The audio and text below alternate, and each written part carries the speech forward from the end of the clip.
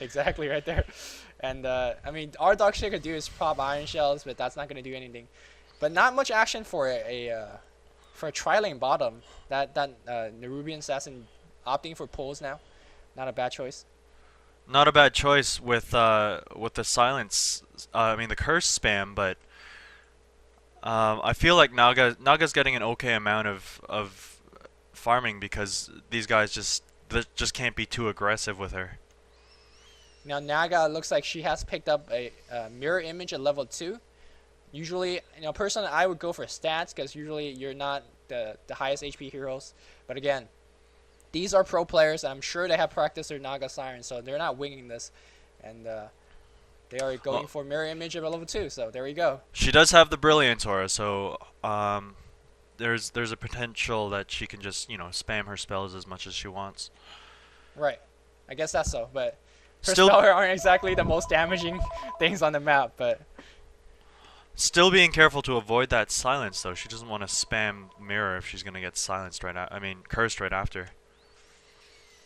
now, meanwhile, in the mid lane, there is a Beastmaster with bottle already, so he picked up the early bottle. He has the map hawk, like you said earlier, and he's actually controlling the lane not bad. I mean, he made a Nevermore pop. I think that's his second salve, and just those axe harass is just hurting him quite a bit. Can you give us a quick creep checks on maybe Naga and Nevermore and Well, carry heroes? it looks like Traxix is just dominating. She's 7 creeps ahead of everyone else at 19. But right behind her are the Beastmaster, Shadow Fiend, and the Naga. So every expected carry is farming like a carry. Ooh, and looks like ZippO has picked up the first bullet. I guess what the mirror image was for was there, like basically a net, a impel, and a freeze by keeping whoever's in place, and Naga just right click for the beatdown. So I Yeah, mean, mirror image increase your DPS so much if they're never gonna kill them images. So there you guess not a go. bad pick against a no AoE lane. Well, Necrolyte does have his AoE, but at that point he can't one-shot the images anyway. So Naga enjoying a free farm against 2 ranged heroes. Silencer not doing absolutely anything. And looks like they're going to just content to give this lane to Naga. That's a very bad choice in my opinion. Beastmaster's got to be careful here. He knows that the CM picked up the invis, so he's gonna stay back.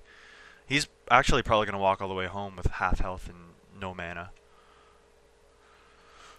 Naga Siren bottom lane just cutting off the creeps. Are they going to go for a push as well? He has picked up 1 level of critical strike as well, so he's going everywhere with stats. So I'm pretty sure it's going to be net 1 and 3, mirror image at 2, and then critical strike at 4. He's basically just cutting off creep waves. Oh, he wanted to mirror image, but that curse spot his mana low enough. So once the silencer could curse your mana to that point, then he start to get some traction in the lane. But Cur Curse is a powerful spell, but it costs you farming ability because if you're gonna get curse, then you gotta get high level curse early, and that cuts you from getting your orb, which lets you last hit and harass like a champ. yeah, exactly like you said. And I mean, Naga's not farming bad still, so has a looks like he's gonna go for an early treads first. Um, Not a bad choice again. Not it's pretty tame game so far. 5 minutes in, only 1 kill, especially with the tri-lane. Guess Well, both teams are being a bit defensive. yeah. Well, it does look like based on once again the picks. These are all of the interesting picks are late game, so hopefully it'll be an interesting late game. If that makes any sense. Yeah, Bit of a tongue this game, twister. this game, no one has recommended this game to us. We actually found it just from Ghost Gamer. Rated quite high. There has like 1,000 download or something. And it is Asian team playing U9 tournament, so we'll go for it. Looks like there is an engagement mid lane. There is Roar Axe. And looks like that Nemor has a Viper Pick on him. Viper Pick not missing up the hill, so he's doing a good job. There is Boots. And just one more hit with that terror damage. No, he backs out, so... Well, he backs out, but he had mana for the axes, so I guess he was just Probably on cooldown still. yeah. It does have a cooldown, and they're dodgeable at a long distance, especially with Shadow Fiend's boots. Meanwhile, looks like there is a kill bottom already. That was Incense picking up the kill first for the Crystal Maiden. Crystal Maiden almost getting a second kill. Naga luckily gets it. Even though, I mean, not Naga, the Nerubian assassin. Even though Naga not picking up the kills, she is enjoying the great experiences. The experience and the assist bonuses. Yep. And Speaking dead of heroes in assist- your lane means free farm. Free farm, yeah. Speaking of assist bonuses, I have a farming, not farming. It looks like they're going to go for Vengeful Spirit. Vengeful Venge is should go dead. down now, and a nice crit for the finish. So this bottom tri lane getting up quite many kills, and I'm not sure how they're gonna cope with it. I think that Venge should have been at the bottom lane a long time ago. Drow really doesn't need her. Look, this Darkseer is at half health, and Drow's just farming away. Just Merlini ricing his whole life. Oh, looks like bottom lane the Necrolyte has picked up his. I think he has one level Sadist and then a level of Aura as well. Yeah, he has a level of Heartstopper Aura as well. So it's kind of interesting that he's splitting his second skill to both Aura and Sadist. Really interesting build. Usually you see one or the other from the players, but. Yeah, I guess he wants mana to be able to not die from Naga right away, but he doesn't. He wants to be able to harass with that aura a little bit. As well.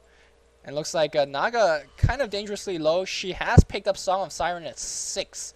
Some players choose it to wait till 9. I think that's it's a disable at the very least to save yourself. The mana cost is a bit high. And the Crystal Maiden just gives her a salve because that's what good teammates do. Just a beast like that. There are 3 hero. Oh, dodges a magic missile. What a play there.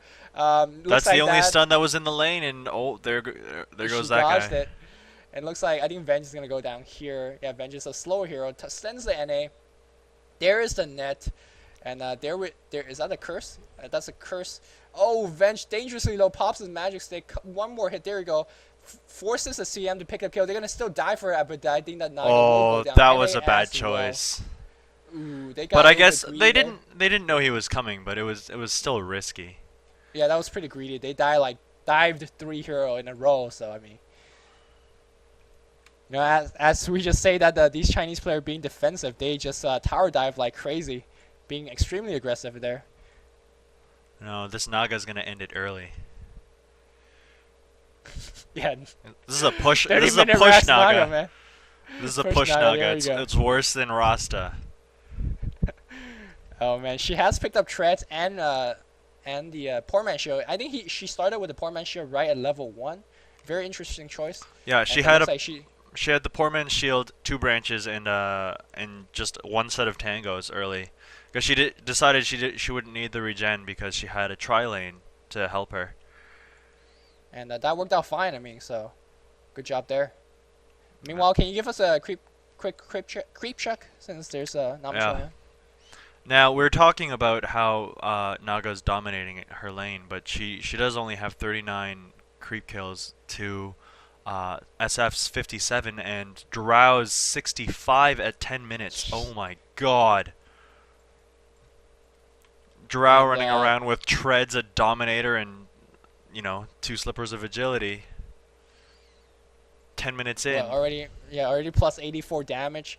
True Shot Aura is at 4, so his teammates, could already start benefiting from it. With the True Shot Aura and the Helm Dominator, he's really going to have a lot of staying lane power. But there is a Darkseer lurking with about 200 mana. That is enough for 1 Surge and a Vacuum, I believe. Really impressive to see a Drow with more damage than a Shadow Fiend 10 minutes into the game. Kinda scary. See, the thing is, I haven't seen him freaking dominate anything just yet. He's just picked up a Wraith Band as well, so getting some stats, never a bad choice. And just pretty much a farm-heavy game. Looks like Sentinel is up to a very nice start, 7-2. With the better late game lineup as well, it looks like they're going to go for the Crystal Maiden. Crystal Maiden will go down. I think there was a net or something of some sort that Naga wanted to cast, but cancel her animation just... yeah. She realized it wouldn't do anything, and that's what the pros do. We get hit. I mean, we cast spells by accident all the time, but the pros just stop themselves from using them. That Naga beastly running in. Nevermore pops his ultimate hits like nothing, not even creeps. But they do get a lot of creep kills, and they had the venge kill out there, so not bad. That was an ult And, of intimidation. Ult don't of... come in here, man. I'm gonna ult you if you do. And Oh, here comes a oh no! Naga pops his ults to try to deny the tower, but the wagon just outplays her. and he got owned by a wagon. What? You know, pro players always get outlasted by wagons. That always happens. I don't know. They just do deceptively a lot of damage. Well, for the pro players, the wagons are a relatively new thing. I remember a day when there weren't wagons and you could just, you know, deny properly. These wagons always screw you over. Meanwhile, the Drow has picked up a big satyr. Not sure what she's gonna do with it. Is she gonna pull ancients with it? Is she gonna just